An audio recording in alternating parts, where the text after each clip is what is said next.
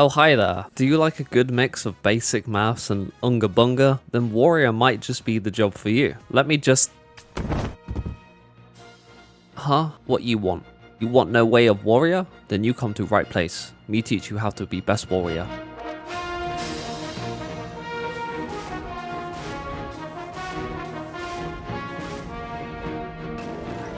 For 1 people we use Heavy Swing, into Maim, into Storm Eye or Path. Maim give us 10 Beast Gauge.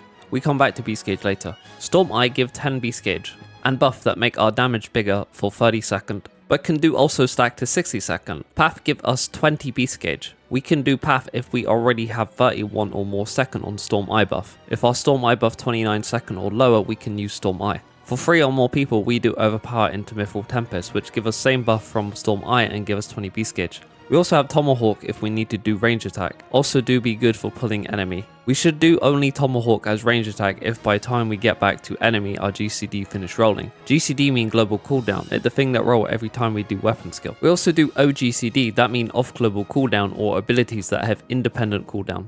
If we need gap close, we do Onslaught, that dash us to target and do damage. It holds 3 charges and has 30 sec cooldown. If we do not need for close gap, we use all 3 charge in 2-minute buff window and 1 charge not in window because it cooldown for 30 second and hold 3 charge. That 90 second in total, so that give us a free use outside of window. We also have 3 OGCD called Upheaval that do big damage and Aura Jenny that do big AoE damage. They share cooldown, so use Upheaval on 1 people and Aura Jenny on 3 or more peoples. It on 30 second cooldown, so use it off cooldown and it always be back up for 2-minute buffs. Anyway, let's now talk about Beast Gauge. The Beast Gauge holds up to 100, and when we reach 50, we can execute Fell Cleave for a single target, or Decimate when there are 4 or more targets. We also have Infuriate that generates 50 Beast Gauge and gives us a buff that turns the next Fell Cleave into Inner Chaos for 1 target, and Decimate becomes Chaotic Cyclone for 3 or more targets, both of which are guaranteed critical direct hits. When we do a Fell Cleave, Decimate, Inner Chaos, or Chaotic Cyclone, Infuriate's cooldown gets reduced by 5 seconds. It's also on a 60-second cooldown and holds 2 charges. We always want at least 1 charge for the 2-minute buff window, so we're getting an Inner Chaos within the buffs, and to make sure it isn't over capping and we're not wasting the time reduction of the gauge spenders. Either way, there is a few rules to follow with the Beast Gauge, as there is no immediate rush to use these gauge spenders, and the simplest rule is to not overcap the gauge. Is your gauge at 90 or 100 and Storm's Path is your next GCD? Use a Fell Cleave first and then Path, or is the gauge at 60 or 100 and Infuriate is soon to hit 2 charges? Make sure to Fell Cleave first and then use Infuriate. It's also a good habit to use Infuriate with as little Beast Gauge as possible, as the Inner Chaos buff that changes Fell Cleave to Inner Chaos lasts 30 seconds, and if the 2-minute buff window is within the next, say, 10 or 15 seconds, this could net us an extra Inner Chaos in raid buffs. Anyways, I'll be back. Every minute we can do Inner Release. It gives us buff that make next 3 Fell Cleave or Decimate not cost any gauge, and also they do critical direct hit. It also make us knockback immune and extend our Storm Eye buff by 10 seconds. Each Fell Cleave or Decimate hit also gives stacking buff. When buff get to 3, it gives us Primal Wrath. It OGCD to replace Inner Release, and it do big AoE damage around us. Inner Release also give us Primal Rend. It big damage GCD that always critical direct hit, and it have follow-up attack called Primal Ruination that do even bigger AoE critical direct hit damage. Ugh, I said I'd be back.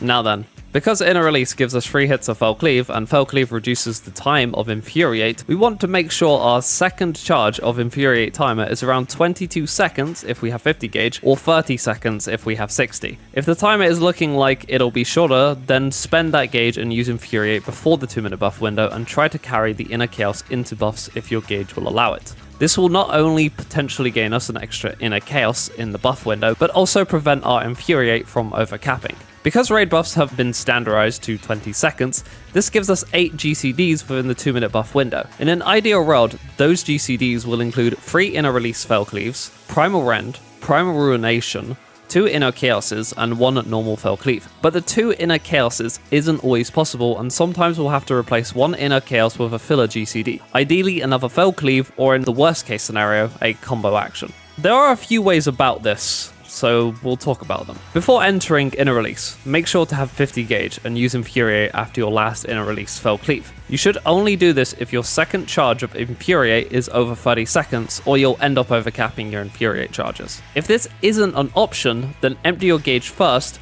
use Infuriate and carry the Inner Chaos into Inner Release. This option also depends on if your second Infuriate charge and gauge will allow it. When doing this, you'll ideally be entering Inner Release with 100 gauge and the Inner Chaos buff. You can manipulate both options with smart usage of Storm's Eye by intentionally overcapping the Storm's Eye damage buff, but this wholly depends on encounter, and if doing this will make you lose a Fell Cleave, then it's simply not worth it. Knowing which of these options to go for also depends entirely on the encounter and something you'll learn on a fight per fight basis. If none of these are an option, sometimes you just have to bite the bullet and use a combo action within the buff window. It happens, but who knows, maybe you'll figure something out.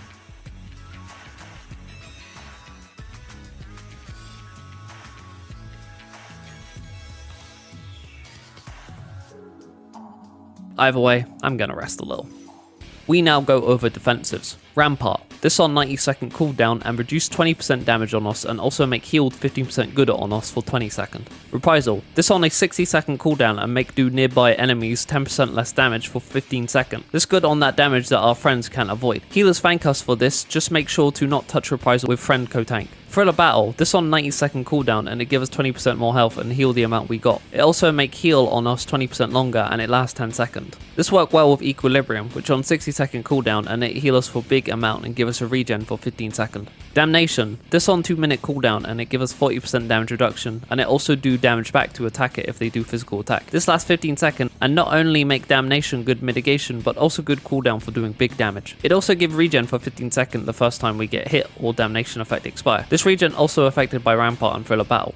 Bloodwetting, this on 25-second cooldown. It lasts 8 seconds and for first 4 seconds we take 20% less damage and for remaining 4 seconds 10% less damage. It also give us a shield and make our GCDs heal us for the duration. It on short cooldown so we should use it a lot for auto attack and tank buster. We can also do Nascent Flash that basically give bloodwetting to friend instead of self, but we also get the healing effect. This is very good if friend co-tank also give us their defensive or for saving a friend life. Shake It Off. This give our friends 15% maximum HP shield and heal and regen them. It also get rid of Thrill, Damnation and Bloodwetting if we have them on and increase the shield by 2% per cooldown. We now use this if we're about to get hit hard because it leaves us with no damage reduction. We can use it before we take big hit or after to get use from cooldown. It like Reprisal, which good on damage our friend takes. Home Gang, this on 4-minute cooldown and it make us no die to damage for 10 seconds. Good for tank buster that want us to swap between our friend tank, but we no want to swap and keep boss because we warriors so we just Home Gang. If tank friend do want to swap, they use Provoke, this on 30-second cooldown and give them aggro.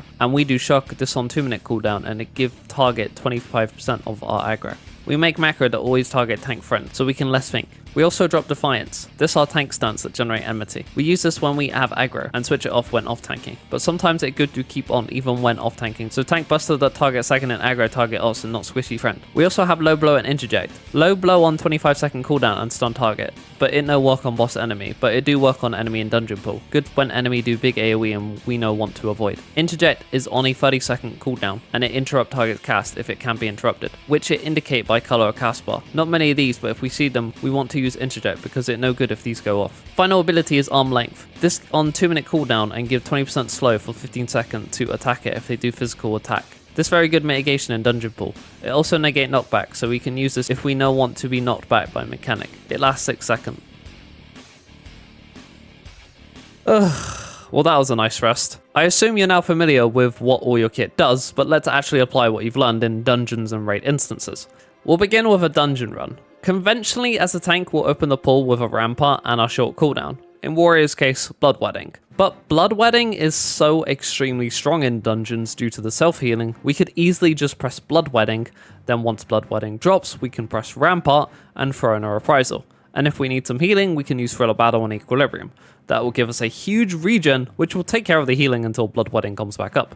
This first pull shouldn't take too long though, as everyone should be using their 2-minute buffs. We could also swap the Rampart for Damnation if we want to pump out some extra damage and won't need it for the second pull. On the second pull, we'll open with Bloodwetting, and once that's up, use Damnation, or if we use Damnation on the first pull, Rampart. If the pack is still alive once either of those have been used, our Rampart should be back up if we used it on the first pull. Otherwise, we can use a Reprisal with an Arm's Length, and again, Thrill of Battle and Equilibrium if we need some extra healing, and Bloodwetting when it comes back off cooldown. If you ever need some extra healing, you can always use Shake It Off. Just be wary to not cleanse your cooldowns during a big pull, Rather use it when your defensives are about to drop off. Also, if you have a white mage, they'll be doing holy spam that will stun all the mobs, in which case we can delay our big cooldowns like Rampart and Damnation until the stun effect expires. For dungeon bosses, don't stress your cooldown management too much. You could easily get away with a Damnation and Rampart per boss fight, but in reality, all you really need is Bloodwedding. Although I'm not encouraging laziness, it is an option that probably won't make a difference to the healer, as bosses don't really do much damage to the tank. And that's really all you need to know when mitigating in dungeons. Not too hard, right? In this next section, we'll go over some raid mitigation planning. This will include 2 Dawntrail instances that might spoil the experience for you, so if you haven't completed Dawntrail yet, consider this your warning and come back when you've completed the base story.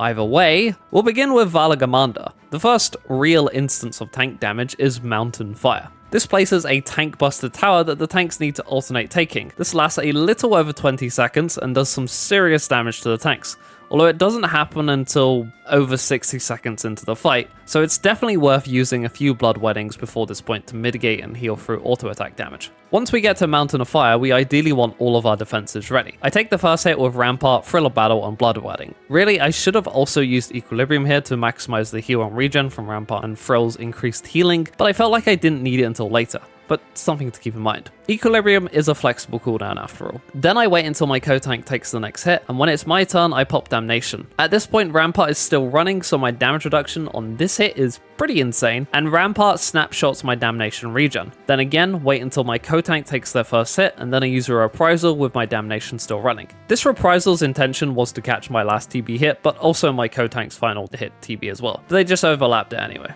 Oh well. This is an example of cooldown staggering. If I was to just press all my cooldowns at once for the first hit, then I'd have nothing for the final hit of the TB, which could end very badly for me, especially as a warrior as we lack the most damage reduction. Something else I'd like to show here though is after the tank buster towers, there are healer stacks. If we use Shake early on the first Sky Rune, it should be back up here, along with Bloodwedding. We can use Bloodwedding here, wait for the first hit of the stack, and then use Shake. This will not only buff the Shake, but the Shake will heal the party, give everyone a regen, and shield them for the next hit, maximizing our Shake's value. This is only effective if there is consecutive raid-wide damage, otherwise we can Shake before the damage. The initial heal might be wasted, but it will still shield and regen the party. After that, there isn't much to learn from Valagamanda, unfortunately, as the remaining tank busters don't do much damage and can just be kitchen sink, a term we use when using all of our defensives in one go. We can also just use stuff like Bloodwedding, Thriller Battle, and Equilibrium for auto attack damage. Next we have Zoral Jar, who doesn't really do much damage, but there is a thing or two to learn here. The first real instance of tank damage here is Regicidal Rage.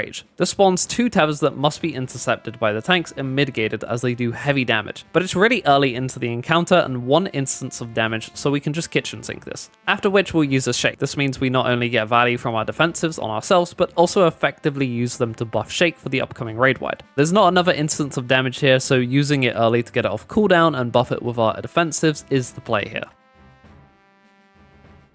Anyway, another instance of tank and party damage here is the projection of Turmoil. But again, we can just kitchen sink this and then Shake to shield the melees who will be taking the most damage to this mechanic.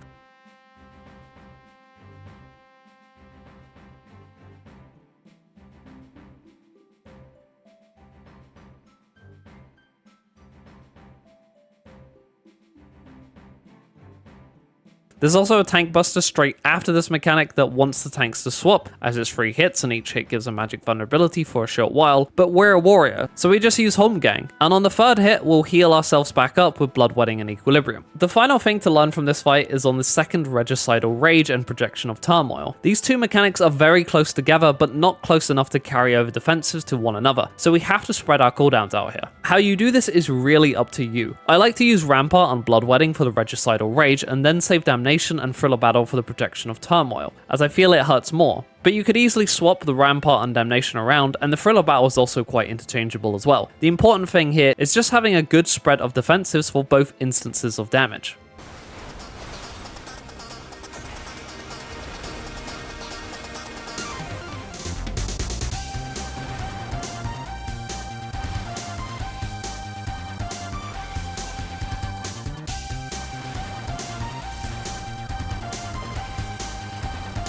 We've been over a lot of the optimization for Warrior already, so in this section we'll just focus on the standard opener, rotation, and reopener. To open, we'll begin with a Tomahawk and weave Infuriate. If we're not main tanking for some reason, or maybe we're dealing with a wall boss like Valagamanda, we'll do a heavy swing into Infuriate. Either way, it doesn't really change much. We'll then use Maim into Storm's Eye and weave Inner Release and a Strength Potion. Then use an Inner Chaos, weave an Upheaval and Onslaught, Primal Rend, weave another Onslaught, Primal Ruination, weave our final Onslaught, then we'll do 3 Fell Cleaves,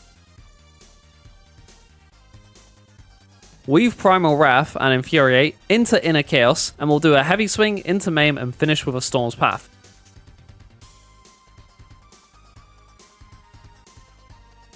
Fell Cleave, this will bring our Infuriate of cooldown, and then we'll Infuriate, and we should just catch the last Inner Chaos under our potion window. After that, we'll continue our rotation like normal, using Upheaval on cooldown, using a 1 Onslaught, and then holding onto the rest of the charges for the 2-minute buff window, and making sure to not overcap our beast gauge, Infuriate or Storm's Eye buff. Keep in mind that Inner Release also extends the Storm's Eye buff by 10 seconds, so try not to have your Storm's Eye buff above 50 seconds when using Inner Release. Doing so correctly will net you more Storm's Paths, which means more Fell Cleaves. I'll let this play out for you until the reopener.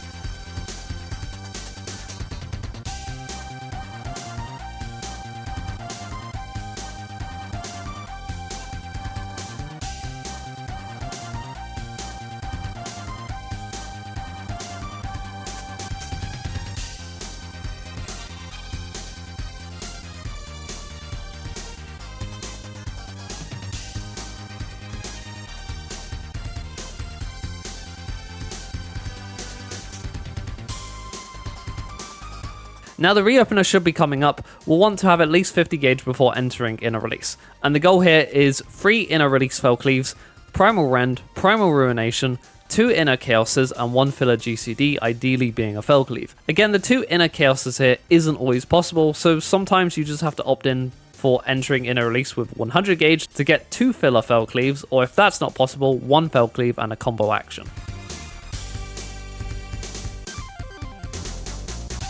Ugh, I'm spent.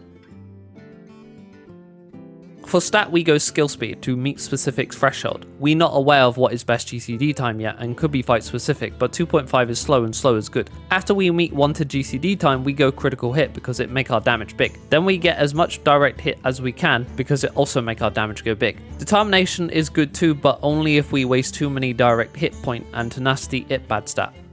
Well, actually, tenacity could be a good stat.